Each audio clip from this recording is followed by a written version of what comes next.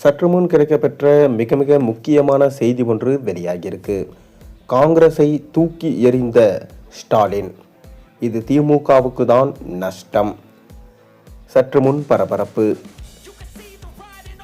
அதாவது காங்கிரஸ் கட்சி நனைந்த பஞ்சு மூட்டை, அதை நாம் தான் சுமக்க வேண்டும் என்று கூறியவர் கருணாநிதி. காங்கிரஸ் சூளைக்கல் பிள்ளையார் என்றார் அறிஞர் அண்ணா. திமுக கூட்டணியிலிருந்து காங்கிரஸ் விலகினா காங்கிரசின் வலிமை தமிழகத்தில் கணிசமாக குறையும். சட்டமன்ற உறுப்பினர்களே இல்லாத கட்சியா மாறிவிடும். காங்கிரஸ் திமுக கூட்டணியில் இருந்தா 2021 சட்டமன்ற தேர்தலில் 25 தொகுதிகள் ஒதுக்கப்பட்டு அதில் 18 இடங்கள் வென்றது.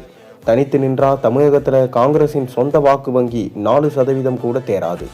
கூட்டணி இல்லாமல் தனித்து போட்டியிட்டா ஓரிரு தொகுதிகளை தவிர பல இடங்கள்ல டெபாசிட் இயக்கும்.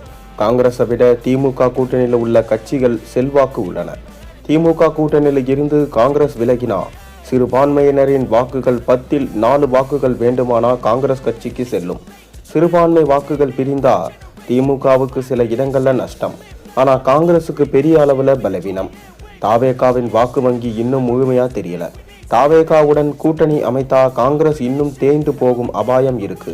காங்கிரசுக்கு தேர்தல் வெற்றி, எம்எல்ஏக்களின் எண்ணிக்கை, கட்சி அமைப்பு வலிமை ஆகியவை பெரிதும் பாதிக்கும். திமுக இல்லாமல் தமிழகத்தில் காங்கிரஸ் பலவீனமாக நிலைக்கு தள்ளப்படும். காங்கிரஸ் ஒருவேளை தாவேகாவோட கூட்டணி அமைத்தா திமுக கூட்டணியை 2ஆம் இடத்திற்கு தள்ளப்படலாம். இங்கு தாவேகா காங்கிரஸ் கூட்டணி சில தொகுதிகளில் வெற்றி பெறவும் வாய்ப்பு உண்டு. சில இடங்களில் திமுக 3ஆம் இடத்திற்கு தள்ளப்படலாம். திருநெல்வேலியில மக்களவை தேர்தலில் காங்கிரஸ் கட்சியை சேர்ந்த ராபர்ட் ப்ரூஸ் வெற்றி பெற்றார். ஆனாலும் அங்கெல்லாம் காங்கிரசுக்கு ஓரளவுக்கு மட்டுமே செல்வாக்கு இருக்கு. அது காங்கிரஸ் பலத்தால வெற்றி பெறல. திமுக கூட்டணி என்கின்ற ஒரே காரணத்தால மட்டுமே வெற்றி பெற்றது. விருதுநகர், சிவகாசி பகுதிகளில் காங்கிரசுக்கு பூத் கமிட்டி கூட ஆட்கள் கிடையாது.